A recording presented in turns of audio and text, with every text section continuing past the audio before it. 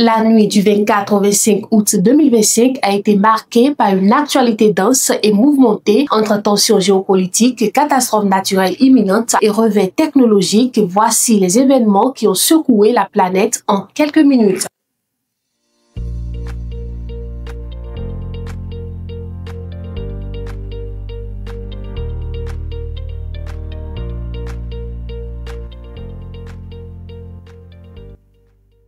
Commençons par une affaire diplomatique qui crée des vagues entre la France et les États-Unis. L'ambassadeur américain à Paris, Charles Kouchner, a vivement critiqué ce qu'il qualifie de laxisme du gouvernement français dans la lutte contre l'antisémitisme. Dans une lettre adressée à Emmanuel Macron et publiée dans le Wall Street Journal, il s'inquiète de la flambée de l'antisémitisme en France et de l'absence d'action suffisante pour le combattre. Il affirme notamment « Il ne se passe pas un jour en France sans que des juifs soient agressés dans les rues, des synagogues et des écoles dégradées. » Une position qui s'aligne sur celle du premier ministre israélien Benjamin Netanyahou, qui avait récemment accusé Macron d'alimenter le feu antisémite en évoquant une reconnaissance de l'État palestinien. La réaction française n'a pas tardé. Le ministère des Affaires étrangères a jugé ces accusations inacceptables et contraires au devoir de ne pas s'immiscer dans les affaires intérieures des États. L'ambassadeur Kouchner est convoqué ce lundi au Quai d'Orsay pour s'expliquer. De son côté, la ministre française Aurore Berger a défendu l'action du gouvernement, parlant d'un combat sans ambiguïté contre des seuils d'antisémitisme intolérables. Changement de décor, direction le Vietnam où une puissante tempête approche. Les autorités vietnamiennes ont déclenché des mesures d'urgence face à l'arrivée imminente du typhon Kajiki. Selon les dernières prévisions, il devrait toucher la côte est du pays aujourd'hui lundi. Pour minimiser les risques, une opération d'évacuation massive a été organisée. Près de 587 000 personnes ont été évacuées des zones côtières et les bateaux de pêche sont interdits de sortie. Kajiki génère des vents violents supérieurs à 170 km/h et surtout, des pluies torrentielles sont attendues avec des cumuls pouvant atteindre 700 mm de pluie. Les craintes principales, des inondations soudaines et des glissements de terrain. Troisième sujet, une saisie record en Équateur. La police équatorienne a annoncé dimanche avoir saisi une impressionnante cargaison d'explosifs en transit vers la Colombie. Le but présumé, approvisionner des groupes armés colombiens. Le camion intercepté près de la frontière colombienne à Tulcan transportait pas moins de 3750 boîtes d'explosifs et 25 000 mètres de fil détonateur. Il avait traversé tout le pays depuis la frontière péruvienne. 2 suspects colombiens ont été arrêtés. Cette saisie intervient dans un contexte de recrudescence des violences en Colombie à l'aube de la campagne pour l'élection présidentielle de 2026. Enfin, terminons par un contretemps spatial pour Elon Musk. SpaceX a une nouvelle fois dû annuler in extremis le 10e vol test de sa méga fusée Starship.